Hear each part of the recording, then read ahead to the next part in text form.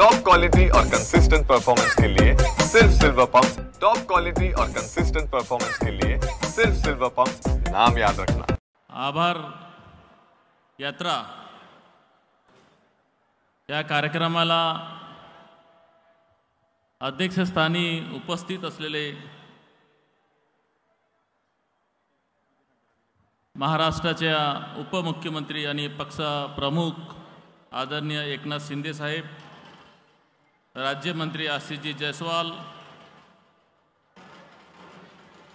गडचिरोली जिल्ह्याचे संपर्क प्रमुख माजी आमदार सहस्रामजी कोरटे, नागपूर शहरात लोकसभेचे संपर्क प्रमुख मनोहरजी चंद्रिकापुरे, माजी आमदार डॉक्टर अश्विनी भुंडेकर, पूर्व सहसमन्वयक बंडू तागडे, पूर्व सहसमन्वयक आशिषजी देसाई, लोकसभा वर्धा लोकसभेचे संपर्क प्रमुख राज दीक्षित, भंडारा लोकसभा संपर्क प्रमुख संजयजी कुंभलकर, चंद्रपूर लोकसभा संपर्क प्रमुख मंगेशजी काशीकर, भंडारा चे जिल्हा प्रमुख अनिलजी गायदाने, दुसरे जिल्हा प्रमुख पद्माजी गहाणे आणि वर्धाचे जिल्हा प्रमुख, चंद्रपूरचे जिल्हा प्रमुख, गडचिरोलीचे जिल्हा प्रमुख, इथे आलेले समस्त पूर्व विदर्भाचे पदाधिकारी, समस्त शिवसैनिक, मंचावर बसलेले, आता सगळ्याचं नाव न घेता कारण साहेबांना परत वापस जायचं आहे, नागपूरला कार्यक्रम असल्यामुळे आदरणीय सर्व मंच आणि उपस्थित असलेले सर्व भंडारा जिल्ह्याचे आणि पूर्व विदर्भाचे समस्त पदाधिकारी आणि शिवसैनिक, या ठिकाणी भंडारा विधानसभेची निवडणूक 2024 मध्ये झाली आणि 2024 मध्ये निवडणुकीमध्ये ठरलं होतं की प्रत्येक विधानसभा निवडून दिल्यानंतर प्रत्येक विधानसभामध्ये जाणार आणि प्रत्येक विधानसभामध्ये साहेब जात आहेत। भंडाऱ्यामध्ये सुद्धा 2-3दा थोडंसं मिस झालं, परंतु शेवटी पहिले 25 तारीख आणि 28 तारीख असे आज शेवटी आभार यात्रामध्ये साहेब आपल्याकडे आलेत। या ठिकाणी निवडणूकमध्ये आपण 24 मध्ये भरघोस मताने मला निवडून दिलं, इतकंच नाही 9 मध्ये 19 मध्ये अपक्ष निवडून दिलं आणि 24 मध्ये पुन्हा धनुष्यबाण ह्या चिन्हावरती निवडून दिलं। काही कारणास्तव 14ची निवडणूक आपण पराभूत झालो, परंतु एक निवडणूक बघितली तर सोडली तर ती 9 पासून कंटिन्यू 3 निवडणूक आपण माझ्या पाठीशी राहिलेत आणि त्याच्यामुळेच मी सदैव आपल्यासाठी मनीषाताईचं पण स्वागत आहे। मनीषाताई, सतत आपण काम करत असतो आणि मी या ठिकाणी साहेबांना विनंती करेन की निवडणूकमध्ये ज्या पद्धतीनं ह्या लोकांनी मला विधानसभामध्ये आपल्या आशीर्वादाने मोठ्या संख्येत निवडून दिलं, आता माझी सुद्धा जबाबदारी आहे की येणाऱ्या नगर परिषद, महानगरपालिका आणि जिल्हा परिषद ह्या निवडणुकामध्ये ताकदीनं आपल्याला सर्वांना मिळून शिवसेनेचा भगवा आपल्याला रोवायचा आहे। खरं तर निवडणूक कधीच संपत नाही, कारण एक निवडणूक झाली की दुसरी निवडणूक सुरू होते आणि आपला शिवसैनिक हा रस्त्यावर धावणारा, लोकांच्या सतत सेवेमध्ये राहणारा आणि आमचा सुद्धा प्रयत्न आहे।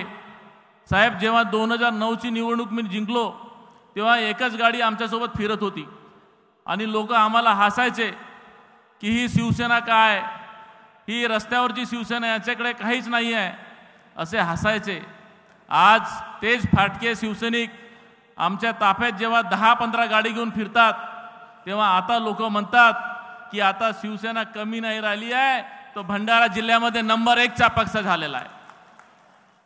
आता चांगले चांगले पक्ष सुद्धा आपल्याला आता कमी पाहत नाही, आता सगळेच पक्ष लोकांना वाटते की शिवसेनेची मदत कशी घ्यायची। आम्ही गावात तळागाळातला कार्यकर्ता मजबूत केला साहेब आणि तळागाळातला कार्यकर्ता त्याला सक्षम केला। जो पूर्वी फक्त जय भवानी जय शिवाजीपर्यंत सीमित होता, आता त्याला आर्थिक सक्षम सुद्धा आम्ही केलं. आम्ही सांगितलं की नक्कीच पक्षाचं तर काम करायचंच आहे, पण पक्षाच्या सोबत आपल्या परिवारात सुद्धा लक्ष द्यायचं आहे. आणि साहेब, तो आम्ही आपल्याकडून शिकला. आम्ही 15 वर्षापासून आपल्याला बघतो, आपण सगळ्यांना विचारत असता, आमदार असतील, कार्यकर्ता असतील, जिल्हा प्रमुख असतील, सगळ्यांना विचारत असतात तुझी आर्थिक परिस्थिती बरोबर आहे की नाही. आपण पहिल्यांदा महाराष्ट्रातच नाही तर इतिहासामध्ये पूर्ण देशामध्ये जर पाहिलं तर जिल्हा प्रमुखाला कधी कोणत्याच मंत्र्यांनी किंवा मुख्यमंत्री निधी दिली नसेल, ते आपण दिली ना. हेच एक उदाहरण आहे की महिला असतील किंवा पुरुष असतील, सगळ्या जिल्हा प्रमुखांना मजबूत करण्याचं काम आपण केला. तोच प्रयत्न आम्ही तळागाळापर्यंत, शाखा प्रमुख असतील, तालुका प्रमुख असतील, उपतालुका प्रमुख असतील, सगळ्यांना आम्ही मजबूत करण्याचं काम करतो साहेब. एवढंच नाही तर विरोधकांचा जर आपण विचार केला तर विरोधक आता आपल्यावरती सगळं हळूहळू एकत्र होत आहेत. मी या ठिकाणी विनंती करेन की विरोधकांचं काम आहे, जसा पक्ष आपला मोठा होत चालला आहे तो विरोधक आपल्यावरती विरोध करतीलच. कारण प्रत्येक एक पक्ष मोठा होतो तो दुसरा कोणता ना कोणता पक्ष कमी होत असतो. तो विरोधक नक्कीच आपल्यामध्ये फूट पाडण्याचा प्रयत्न करतील. परंतु साहेब, बाहेरच्या विरोधकांना आपल्याला सांभाळणं सोपं आहे, पण आपल्या पक्षातला जर काही विरोधक असतील तर त्यांना सांभाळणं थोडं कठीण होते. म्हणून आपल्याला विनंती आहे की आपण मला पूर्व विदर्भाची जबाबदारी दिलेली आहे. मी आपणास विनंती करतो की जोपर्यंत आपण माझ्याकडे पूर्व विदर्भाची जबाबदारी दिलेली आहे तोपर्यंत पक्षाला न्याय देण्याचं काम मी 100% प्रयत्न करीन. ज्या दिवशी मी न्याय देण्याचा सक्षम राहणार नाही त्या दिवशी मी स्वतः वाटल्यास मी माझ्या पदाचा राजीनामा देईन आणि फक्त कार्यकर्ता किंवा आमदार म्हणून मी काम करेल. आपण खरं तर बरेच लोक प्रश्न करत असतात मला की तुम्ही मंत्री कधी होणार. साहेबांनी तर आश्वासन दिलं आहे. मी त्यांना म्हणतो, साहेबांना ज्या दिवशी वाटेल त्या दिवशी मला करतील, मला काही घाई नाही आहे. साहेबांनी मला पूर्व विदर्भाचा नेता म्हणून पद दिलं आहे, हे पण काही कमी पद नाही आहे.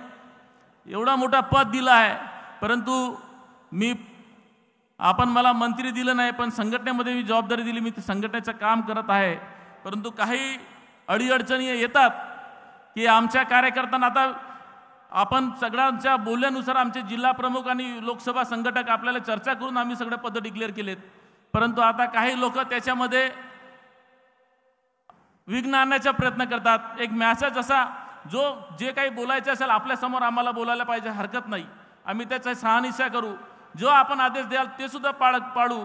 परंतु पेपरबाजी जे होत आहे साहेब, ते पक्षामध्ये फुटीचं वातावरण दिसतो. आणि नवीन लोक येताना वेळेस म्हणतात तुमच्यामध्येच हा वातावरण आहे, पेपरमध्ये येते की सगळे पद रद्द झालेत. साहेब, आपण दिलेल्या आदेशानुसार पदं आपण डिक्लेअर केलेत आणि आता सगळ्यांनी जोराने ताकदीनं इथे सगळे लोक आलेले आहेत. आणि हे पेपरमध्ये असं मी श्रीकांतजींशी पण बोललो, श्रीकांतजी बोलेत अरे कुठं पदं डिक्लेअर रद्द झालेत, आपण समिती नेमली आहे, समिती तपासेल, जो येईल तो होईल. आणि त्यांनी मग साहेब पूर्ण अभ्यास केला, सगळी माहिती काढली.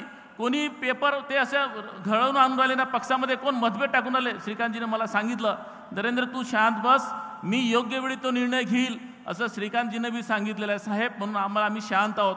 कारण आमच्यावरती टीका टिप्पणी केलं चालेल, पण पक्षावरती टीका टिप्पणी ना पक्षाच्या नेत्यावरती टीका टिप्पणी करत असतील तर ते आम्ही खपवून घेणार नाही साहेब. आम्ही प्रामाणिक आपले कार्यकर्ता म्हणून काम करतो साहेब. माझ्याकडे आता आमदारकी आहे, मला पण वाटतं मी मंत्री बनायला पाहिजे, पण मी मंत्री नाही बनल्यामुळे मी काही नाराजी नाही झालो. मी माझ्या संघटनेमध्ये वेळ देतो, संघटनेमध्ये काम करतो, पक्ष काम देईल. ज्या दिवशी साहेबांना वाटेल त्या दिवशी मी सरकारी बी काम करेल. परंतु मला जर समजा मंत्रीपद बी नाही, संघटनेमध्ये बी नाही, तर मी काय घरी बसणार आहे साहेब? मी घरी बसणार नाही. जे माझ्या अंगावर येतील मी त्यांना सिंगावर घेईल. मी शिवसैनिक आहे साहेब, मी तुमचा शिवसैनिक आहे. माझी क्षमता जोपर्यंत शांत राहायची आहे तोपर्यंत राहील, नाही तर मग माझं जर रूप समजा झालं, कारण मी बघतो आपल्याला, आपण बी ऐकताना जे मग भडकता तर मग सगळे थंडे होऊन जातात. आणि आपलं उदाहरण बघितलेलं आहे, तर आम्ही बी आपल्याच पावलावर पाऊल चालू नाव साहेब. म्हणून मी आपणास विनंती करतो, आम्ही आता प्रत्येक निवडणुकीमध्ये आम्ही भाग घेण्याचा प्रयत्न करतो. स्वराज्य संस्थेचे असतील, सहकार विभागाचे असतील, सगळे निवडणुकीमध्ये आम्ही भाग घेण्याचा प्रयत्न करतो साहेब. आणि इतकंच नाही तर आपण सरकारचे जे काम करायचे आहेत, सरकारमधून वेगवेगळा निधीसुद्धा आपण आणण्याचा प्रयत्न करतो साहेब. आपण आपण मागच्या वर्षी 1.5-2 वर्ष म्हणजे जेव्हापासून आपली सरकार आली साहेब, जेव्हा सरकारमध्ये आपल्याला सरकार बदलवायची होती, आपल्याला एक परिवर्तन करायचं होता, त्यावेळेस मला आठवते, मला तिकडून खूप फोर्स होता. आम्ही 3 जण निघालो होतो, आशिष, मी आणि पाटील, चंद्रकांत पाटील. आम्ही निघालो होतो. मग आम्ही वापस गेलो आणि वापस गेल्यानंतर आपला 3:30 वाजता फोन आला आणि 3:30 वाजता फोन आला. तर मी 6 वाजता पहिले निघालो आणि अनिल गायधनीला म्हटलं तू आता राजीनामा देऊन टाक आपल्या जिल्हा प्रमुखांना. आम्ही चाललो साहेबाकडे. 6 वाजता, 6:30 वाजता, 7 वाजता साहेब सुरतला मी पोहोचलो होतो. आणि तेव्हापासून ही बदल इथं पूर्ण शिवसैनिक आम्ही एक आहोत साहेब. आम्ही आपल्यामध्ये कधीच मतभेद करत नाही. आम्हाला लहान मोठाचा काही विषय नसते. कार्यक्रम होता तर मी 7 वाजेपासून इथे येऊन बसलो साहेब. मी आल्या 10-10:30ला गेलो घरी, आंघोळ करून मग आलो. पण 7 वाजेपासून सगळे पदाधिकारी आम्ही हा नियोजन करत होतो. आपण जेव्हा सरकार बनली, सरकारपासून माझ्याकडे पण आपण पण तेवढंच प्रेम दिलं. एक नाही तर ह्या ठिकाणी आता ही 4थी सभा आहे साहेब आपली. ह्या ठिकाणी जर 2.5 वर्षामध्ये जर पाहिलं तर ही 4थी सभा आहे. मागे पवनीमध्ये इलेक्शनमध्ये एक म्हणजे 5 सभा आपण दिले. सर याच्यापेक्षा आम्हाला काय मोठं पाहिजे साहेब? आपण इतकं मोठं भरभरून दिलं. आताच आपण येण्याच्या पूर्वी आपण जल पर्यटन आणि खाम तलाव परिसर प्रभू श्री रामाची मूर्ती 51 फुटाची त्याचे दर्शन घेऊन आलो साहेब. आपण भंडाऱ्यामध्ये आपण जे प्रकल्प पाहिले त्याच्यातले आपण उद्घाटन जे केलेले आहे त्याच्या आपण 1 ऑक्टोबर म्हणजे 3 महिन्यानंतर आपण काही लोकार्पण आपल्याला करायचं आहे. त्यामध्ये जलपर्यटनचा पहिला टप्पा जिथं आपण 102 कोटीचा प्रकल्प आपण मंजूर केलेला आहे साहेब. म्हणजे महाराष्ट्रातले 2 प्रमुख प्रकल्प, एक कोयना आणि एक गोसेखुर्द, त्यामधला 102 कोटीचा पहिला प्रकल्प आपल्याला भंडाऱ्यामध्ये 1 ऑक्टोबरला सुरू करायचा आहे. दुसरं खाम तलावच्या मूर्ती आहे, प्रभू श्री रामाची मूर्ती आहे, त्याची जवळपास 40 कोटी रुपये आपण खर्च करून आता तिथं अंतिम टप्प्यात आहे. कारण काही कामं आपले वाढवलेत. मुलांसाठी गेम झोन वगैरे आपण तिथे टाकलेले आहेत, रेस्टॉरंट केलेले आहेत, फूड कॉर्नर केलेले आहेत. त्याच्यामुळे काही काम वाढलेत. तर त्याच्यामुळे ते आपण 3 महिन्यानंतर 1 ऑक्टोबर म्हणजे 1 ऑक्टोबर साहेब दिवस यासाठी ठरवलं की दसऱ्याच्या आदल्या दिवशी म्हणजे 2 तारखेचा दसरा आहे साहेब आणि 1 तारखेचा नवमी येते म्हणून तो दिवस आम्ही ठरवला आहे. आणि नवमी इतका चांगला दिवस आहे प्रभू श्रीरामासाठी म्हणून तो आम्ही नवमी ठरवला आहे. तो एक झाला साहेब. महिला रुग्णालयात 92 कोटी रुपये खर्च करून आता कंप्लीट झालेला आहे. त्याच्यासुद्धा आपल्याला लोकार्पण करायचं आहे. प्रकाश आंबेडकरशी माझं बोलणं झालेलं आहे आरोग्यमंत्र्याशी, ते सुद्धा येण्यासाठी तयार आहेत आणि 1 ऑक्टोबरला ते सुरू करायचं आहे. वैनगंगा नदीवरती आपण एक चौपाटीसारखा 20 कोटी रुपये खर्च करून तो आपण अंतिम टप्प्यात आहे, तो सुद्धा आपल्याला करायचा आहे. कारदाजवळ वैनगंगा पुलावरती जे मशान घाट आहे तिथे काशीच्या घाट सारखा काशीच्या धर्तीवरती मगाशी आपल्याला दाखवलं रामायण महाभारतची थीम देऊन तिथं तो करतोय. आणि चौपाटी, त्याच्यानंतर हुतात्मा स्मारकचे बालोद्यान आणि भूमिगत गटार जे आहे साहेब आपण जे दिलेलं आहे पहिला टप्पा, दुसरा टप्पा. पहिला टप्प्याचं काम अंतिम टप्प्यात आलेलं आहे. इलेक्ट्रिफिकेशनचं कामचा अंतिम टप्प्यात सुरू आहे. हे 7 कामं येणाऱ्या 3 महिन्यामध्ये 1 ऑक्टोबरला त्याचे लोकार्पण करायचे. मी मुद्दाम यासाठी सांगतो की शिंदे साहेब नुसतं भाषण करत नाही तर निधी पण देतात. ते म्हणतात ना, भाषण से पेट नाही भरता साहब, राशन लगता है. त्याच्यामुळे शिंदे साहेबांनी जेव्हा जेव्हा आले तेव्हा तेव्हा काही ना काही ते देऊन गेलेले आहेत. काही काम जे मंजूर झाले आहेत ते सुरू होणार आहेत. मग तो दाबा उपसा सिंचन म्हणजे सांगवारी उपसा सिंचन तो अंतिम टप्प्यात आहे. राज्यपालची मंजुरी झालेली आहे, त्याच्या मंजुरी होणार आहे. धारगाव उपसा सिंचनची जवळपास 400 कोटीची त्याची पहिली मंजुरी सीएम साहेब असताना, शिंदे साहेब असताना तिची मंजुरी दिलेली आहे. आता अंतिम टप्प्याच्या तयारीमध्ये आहे. तिर्री उपसा सिंचन जे आपण याच्यामध्ये प्रस्तावित आहे आणि ती पण याच्यामध्ये सुप्रमामध्ये घेतलेली आहे साहेब, ती पण आपल्याला सुरू करायचं आहे. रावणवाडीच्या पर्यटनचा DPR मंजूर झालेला आहे 20 कोटीचा, तो पण आपल्याला काम करायचा आहे साहेब. पवनी हा इतिहासकालीन आहे. आपण मागच्या वेळेस आले होते आणि सगळ्यांनी तो आपल्याला निवेदन सुद्धा दिलं होतं आणि त्यामध्ये 372 मंदिरचा हा विदर्भाची काशी म्हणून ओळखला जाणारा पवनी तालुका आहे साहेब. याचा DPR आता आपल्याला जवळपास 300 कोटीचा बनलेला आहे. आपण 2दा मीटिंग सुद्धा घेतलेली आहे आणि सभेमध्ये सुद्धा आपण बोलले होते की ही विदर्भाची काशीचा वैभव जो गेलेला आहे तो आपल्याला वापस आणण्यासाठी तो DPR आपण बनलेला आहे, त्याचा आपण मंजुरी देणार आहे. त्याची आपण 2-3 मीटिंग पण झालेल्या आहेत. आणि त्याचे जे सगळे प्रोसेस आहे ते सगळी प्रोसेस झालेली आहे, ते लवकरच आपल्याला सुरू करता येईल. त्याच्यानंतर आपण नगरोद्धारमधून 5 तलाव मंजूर केले, जसं खाम तलाव आहे, मिस्किन टँकचा संभाजी बालोद्यान आहे, सागर तलाव आहे, पवनीचे उमरेड म्हणजे बालसमुद्र आहे आणि असे 5 तलाव आहेत साहेब. त्याच्यानंतर नाट्यगृह जो भंडारा जिल्ह्यात नव्हता, असे 32 कोटीचा नाट्यगृह मंजूर झालेला आहे. त्याचं काम पण प्रगतीपथावर आहे. उपजिल्हा रुग्णालय पवनी आपला संत जगनाडे उपजिल्हा रुग्णालय पवनी याचा सुद्धा आपण स्लॅब झालेला आहे, अंतिम टप्प्यात आहे, तो सुद्धा आपला पूर्ण झालेला आहे. आणि कुराडा तलाव जो 5 तलावमध्ये कुराडा तलावमध्ये आहे साहेब, त्याच्यामध्ये आपण जवळपास 30 कोटी रुपये मंजूर केलेले आहेत. त्याचं काम प्रगतीपथावर आहे. पण तिथे सगळ्या लोकांची मागणी आहे की त्या ठिकाणी विदर्भाच्या काशीमध्ये इतकं सुंदर मोठं मंदिर आहे, 30 कोटी रुपये मंजूर झाले आहेत. तर त्यामध्ये आपल्याला जवळपास संत जगनाडेच्या स्मारक मोठ्या प्रमाणात व्हायला पाहिजे. मी तिथे बोललो आहे साहेब आपल्या वतीने की संत जगनाडेचा स्मारक पण होईल आणि 51 फूटची मूर्ती सुद्धा तिथे सुद्धा संत जगनाडेची होईल. सगळ्या लोकांची मागणी आहे. त्याच्यामुळे महाराष्ट्रातला सगळ्यात जो समाज आहे संताजीचा समाज, तो संताजीचा समाज महाराष्ट्रातून कानाकोपऱ्यातून देशातूनच महाराष्ट्रातून देशातून पवनीमध्ये येतील असा वैभव आपल्याला तिथं तयार करायचा आहे साहेब. आपण भंडाराच्या जो रस्त्याच्या आपण भूमिगत गटार जे आहेत त्या सगळ्या भूमिगत गटारसाठी रस्ते खूप फुटले आहेत, तर त्याच्यासाठी सुद्धा 175 कोटी रुपये मंजूर केले आहेत. त्याचं टेंडर सुद्धा झालं आहे. म्हणजे आम्ही सगळं तयारी करून ठेवलेली आहे. मुख्यतः 2 प्रकार आता आपल्याला भविष्यामध्ये 2 महत्त्वाचे आहेत साहेब, जल पर्यटनचा दुसरा टप्पा आणि पवनीच्या तीर्थक्षेत्राचा जो 300 कोटीचा DPR, हे 2 प्रकल्प आता भविष्यामधले आपण आमचे मंजूर करून द्यायचे आहे. बाकी आपण काही नाही दिलं तरी चालेल, खूप काही दिलं आहे. आणि आपण असाच आपला प्रेम ठेवा आणि असाच प्रेम आपण आमच्या भंडारा जिल्ह्यामधच्या वतीने आपण ठेवा. आणि मी आपल्या सगळ्या पूर्व विदर्भाच्या वतीने आपल्याला सांगतो की मी आपल्याला आज आपण पक्ष 4 नंबरवरती आहोत साहेब. कारण विधानसभा निहाय जर आपण बघितलं तर 21 आमदार भाजपचे आहेत, 6 आमदार काँग्रेसचे आहेत, 3 आमदार राष्ट्रवादीचे आणि 2 आमदार शिवसेनेचे आहेत. माझा प्रयत्न आहे की नंबर 1 वरती नाही जाऊ शकत तर कमीत कमी नंबर 2 वरती आपण गेला पाहिजे. असा पक्ष आपल्याला शिवसेना बनवायचा आहे. त्याच्यासाठी संघर्ष करायची गरज पडली तरी आपण करूया.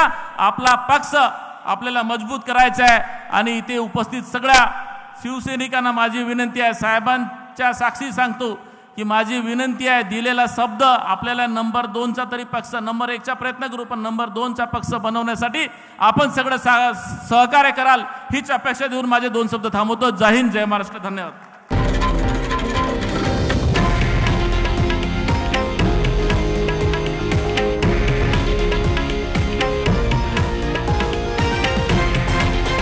हे आहे देशातील नंबर 1 न्यूज नेटवर्क आणि आपण पाहत आहात TV9 मराठी, एकमेव.